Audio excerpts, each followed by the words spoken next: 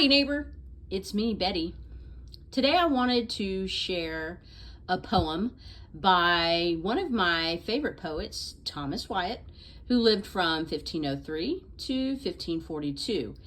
He was from a very well-connected family, and he tried to do well for himself. It was thought that he had been involved in his younger days with Anne Boleyn. Yes, that Anne Boleyn, Henry VIII's second wife. And before that, of course, she was his mistress. And so there was always talk that Thomas Wyatt, who had known Anne Boleyn, that he had been in love with her. And of course, this was very, very bad for her, because during the fiasco that led to her end, when she was executed, Thomas Wyatt was also dragged into that, and he was also imprisoned in the Tower of London along with Anne Boleyn, and he was accused of adultery.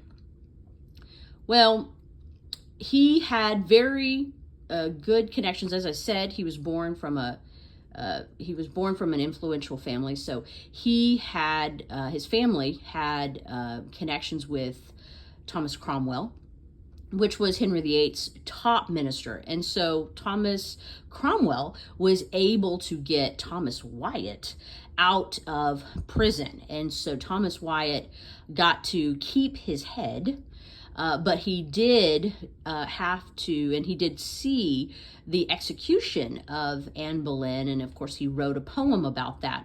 Well, the poem that I'm going to share today, which is one of my favorite poems, I first found this poem, oh my goodness, it's definitely been probably 20 years now.